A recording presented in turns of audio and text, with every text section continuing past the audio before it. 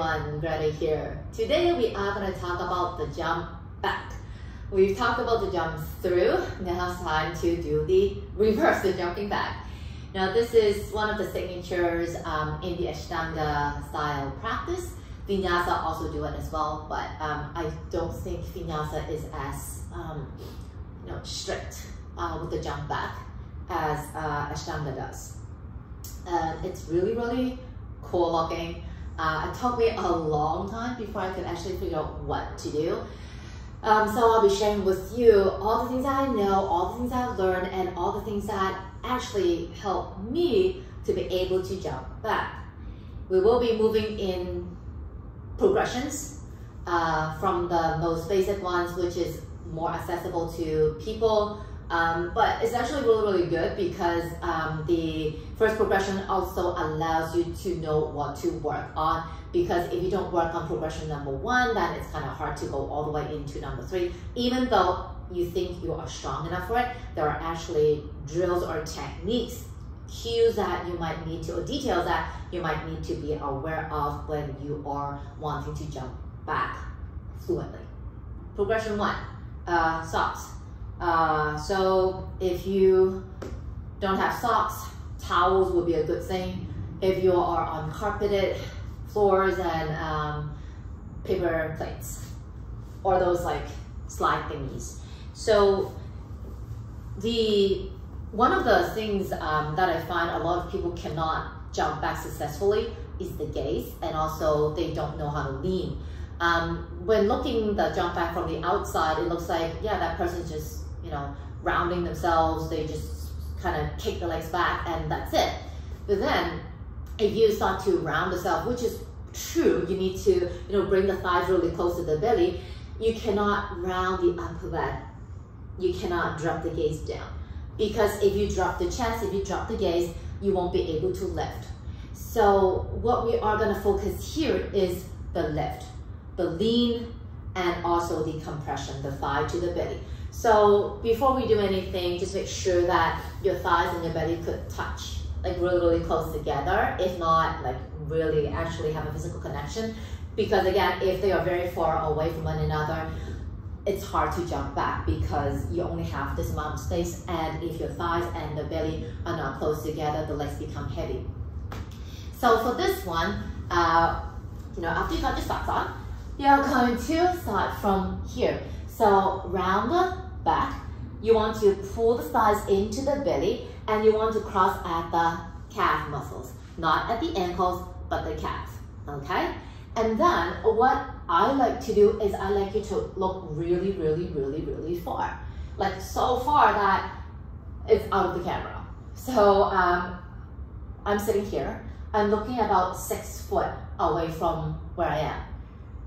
That might sound a little extreme, but that's the way that works for my body, because I need to lean forward. Remember, wherever you're looking, the chest would follow, and that's where we want to go. We want to have the chest to the front, because ultimately you want to land in a chaturanga, right? And for chaturanga, you want to have this lift in the body so you feel lighter, okay? So set up here.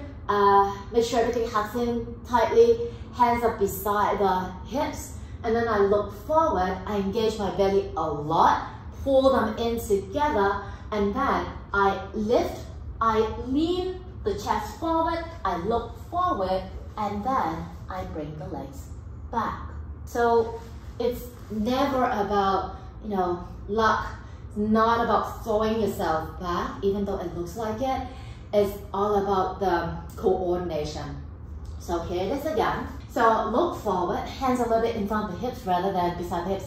Beside the hips is also works, but then it just gives you more power. It just needs more power to do that. So hands a little bit further out, looking forward, and then lift, slide the toes back as you continue to lean the chest forward, and then come down. You actually want to feel the body from a ball to really kind of pulling away so you feel long. Upper body leaning forward, lower body to the back. For me, I've struggled for a very long time. My toes would always tap on the mat before they could successfully jump back. So this was me before. So I was able to lift, right? And then whenever I was here, then my toes have to push, then I could jump back. So for that transition, I thought with the toes always tapping on the mat, it was actually limiting me to grow because I just could not figure out how to do that transition, that smooth transition. I could, slide back and forth with socks, okay.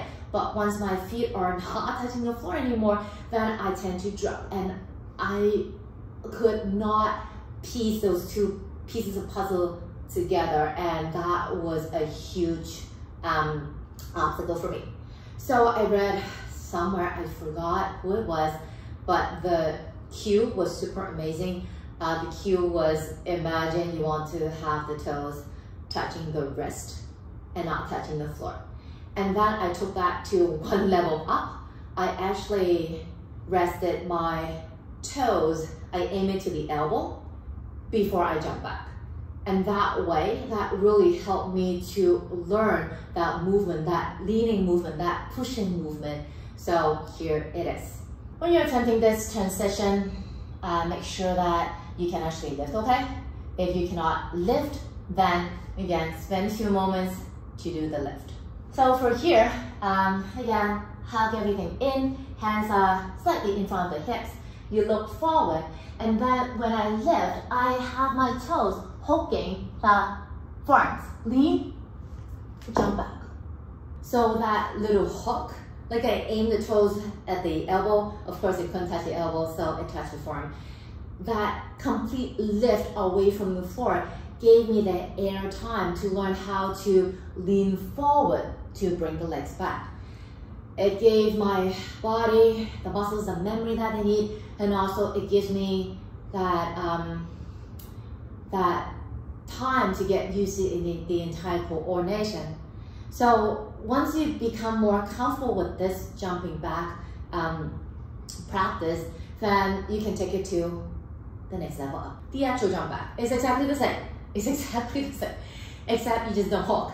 So, so you just lean forward, you look forward, lean forward, you jump back. And here's how it's gonna look like.